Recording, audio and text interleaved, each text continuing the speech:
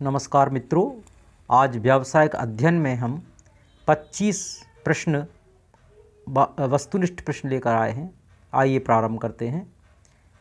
प्रश्न 1 है खाली स्थान भरिए, जिसका नंबर 1, वैज्ञानिक प्रबंध का पिता खाली स्थान को कहा जाता है, तो इसका उत्तर है टेलर। दूसरा, योजना खाली स्थान होना चाहिए, तो इसका उत्तर है लक्ष्यों के अनुसार। योजना लक्ष्यों के अनुसार होना चाहिए। तीसरा है अंतर्राष्ट्रीय पर्यावरण हमेशा खाली स्थान है, तो इसका उत्तर है परिवर्तनशील। नंबर 4, भारत में प्रथम पंचवर्षीय योजना का आरंभ खाली स्थान में हुआ था, तो इसका उत्तर है 1951-52 में। पांचवा है योजना प्रबंध का खाली स्थान चरण है, तो इसका उत्तर है प्रथम चरण। योजना प्रबंध का प्रथम चरण है। ये थे 5 खाली स्थान जो कि 5 अंक के आएंगे। अगला प्रश्न है प्रश्न 2, निम्नलिखित प्रश्नों का एक वाक्य या एक शब्द में उत्तर दीजिए। यह भी 5 आएंगे, 5 अंकों के, 1 नंबर का 1। तो इसका पहला प्रश्न है व्यापार का जीवन रक्त किसे कहते हैं, तो इसका उत्तर है वित्त। वित्त को व्यापार का जीवन रक्त कहते हैं। प्रश्न क्रमांक 2, चयन प्रक्रिया का अंतिम चरण क्या है, तो इसका उत्तर है नियुक्तिकरण। प्रश्न 3, स्थायी संपत्ति को क्रय करने के लिए कौन सी पूंजी प्रयुक्त होती है, तो इसका उत्तर है चालू संपत्ति। प्रश्न 4, स्थायी पूंजी को प्राप्त करने का मुख्य स्रोत कौन सा है, तो इसका उत्तर है अंश पूंजी।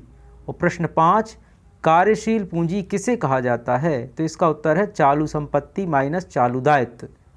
चालू संपत्ति माइनस चालू दायित्व बराबर कार्यशील पूंजी होता है। तो ये थे 5 प्रश्न जिनको एक वाक्य या एक शब्द में उत्तर देना था। प्रश्न क्रमांक 3, सही विकल्प चुनकर लिखिए। यह भी 5 प्रश्न आएंगे, एक प्रश्न 1 अंक का रहेगा।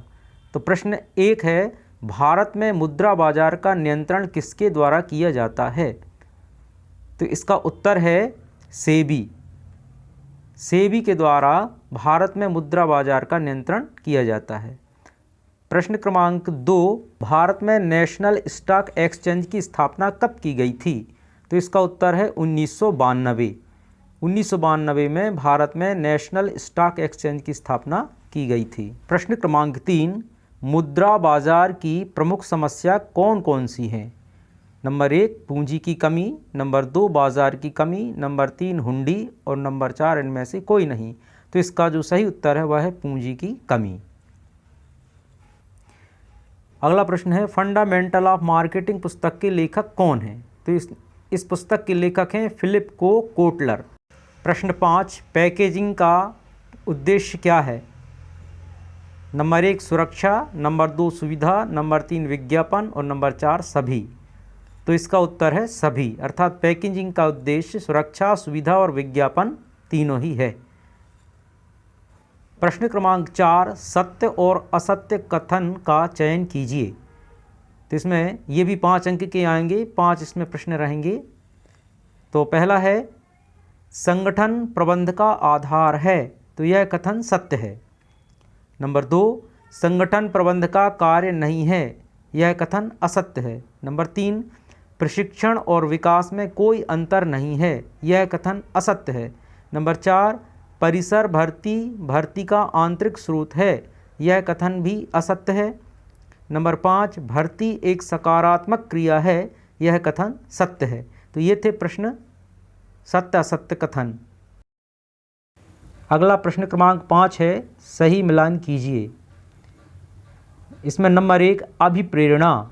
तो अभिप्रेरणा के सामने हमें इसका सही उत्तर लिखना है मनोवैज्ञानिक, जो कि 3 में लिखा हुआ है।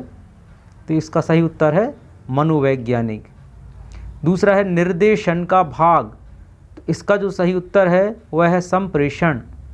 निर्देशन का भाग संप्रेषण है, जो कि 4 पर लिखा हुआ है। नंबर 3, आगमन लागत के बराबर। तो इसका जो सही उत्तर है वह है समविच्छेद बिंदु, नंबर 1 में लिखा हुआ है जो। फिर है लागत नियंत्रण, चौथा। इसका जो सही उत्तर है वह है उत्पादन व्यय, जो कि अंत में लिखा हुआ है 5वें नंबर पे, तो इसका सही उत्तर है उत्पादन व्यय। और 5वां है बजट।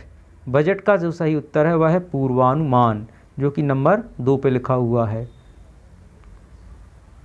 तो मेरे इस वीडियो को लाइक करें और अपने मित्रों को शेयर करें, और मेरे चैनल को यदि अभी तक सब्सक्राइब नहीं किया है तो इसे प्लीज़ सब्सक्राइब करें।